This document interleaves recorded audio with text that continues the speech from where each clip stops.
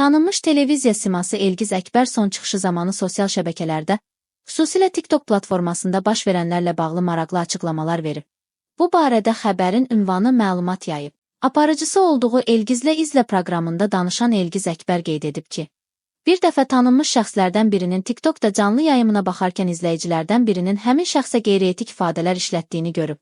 Canlıda gördüm ki, 2 nəfərdən biri onu söyür. Dedim ki, sən burada özünü söydürməyə mi çıxmısan? Elə qorxdum. Cavabında mənə dedi ki, bəs sənin də hesabın var.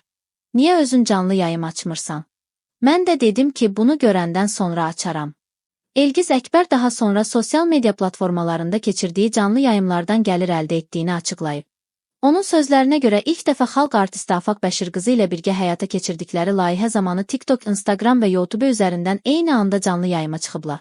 Bu cür 3 platformada eyni anda canlı yayım edən ilk biz olduq. Sonradan bu formata çoxları keçdi, buyursunlar, mən paxıl adam deyiləm.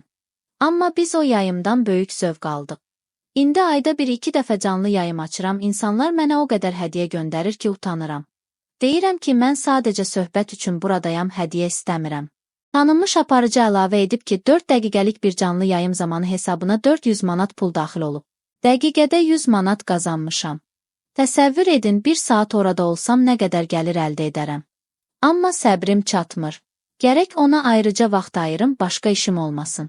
Sosial şəbəkələrin yeni gəlir mənbəyinə çevrildiyini vurğulayan Elgiz Əkbər, bu platformalarda düzgün yanaşma ilə kifayət qədər qazanc əldə etməyin mümkün olduğunu bildirib.